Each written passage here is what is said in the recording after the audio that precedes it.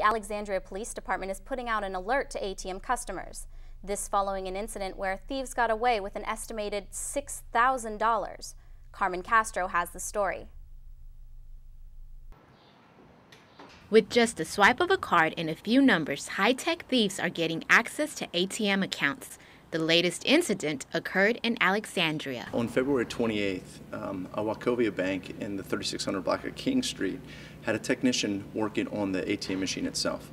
He noticed what appeared to be a skimming device over the card reader of the ATM machine. Being alert and in tune to that, he took pictures of the skimming device, went back inside to notify the bank security, and when he came back out, the skimming device was taken off the machine. The device is barely noticeable to the untrained eye. Because the skimming device, how it works is that when a customer puts in their card, it actually goes through the skimming device before it goes through the card reader of the ATM. So it captures the number of the card as well as when the customer puts in the 4-digit PIN. From that device, they can make additional cards or use that information to purchase things online and whatnot. Some customers aren't surprised by all of this. I don't use them very often. I like to go inside the bank and get my money that way. I don't like to swipe my card at all. And why do you avoid swiping your card? Because I'm scared somebody's going to take my money. The Alexandria Police Department is asking customers who may have withdrawn funds from that particular ATM to check their account information and make sure there are no unauthorized charges. If you do notice changes, you are asked to contact them. Carmen Castro, District Wire News. Oyster poachers, beware. Maryland is cracking down on illegal oyster catching. The crackdown is an effort to save one oyster species near extinction. In Maryland, it is illegal to catch oysters at night and in certain waters. Violators may be fined $2,000 and have their fishing license suspended. Patrols will continue through oyster season. Oyster season ends March 31st.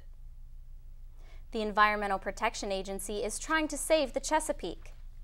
The agency is writing new guidelines that include limiting the use of fertilizers. Most of the bay's pollution comes from farming and urban runoff. The EPA wants public feedback, and public suggestions will be included in the final report in May. The guidelines are part of an order by President Obama to restore the bay. D.C. may be greener than you think. The district recently took the #2 spot in a nationwide survey of cities with energy-efficient buildings.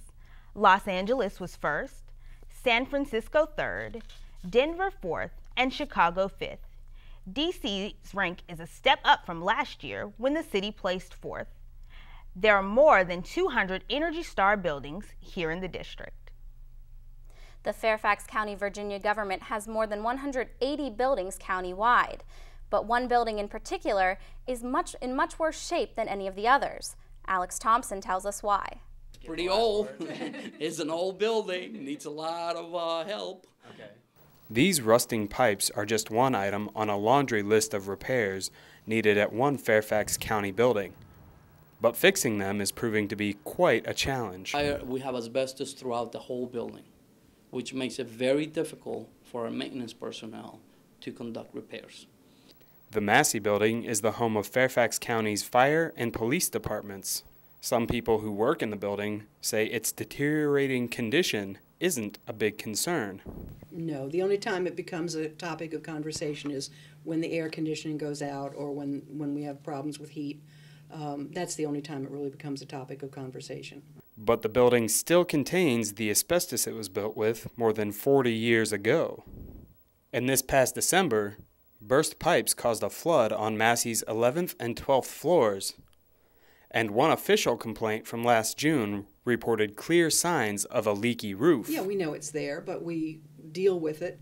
And when we have a need to get above the ceiling tiles, we contact the county, and they come in and take care of it for us. The Massey building behind me was built in 1967. And although many employees have complained about the working conditions inside the building, Comayagua says it could still be a few years before any improvements are made. We developed a contingency plan that includes funding for either leasing another building or building a new building. It is a multi-year plan process. But a projected $250 million budget shortfall for the county in 2011 will make those plans a tall order to fill. Alex Thompson, District Wire News. That's it for tonight's edition of District Wire News. Check us out online at districtwirenews.com. I'm Erissa Scalera. And I'm Gabrielle Jones. Have a good night from everyone here at District Wire News.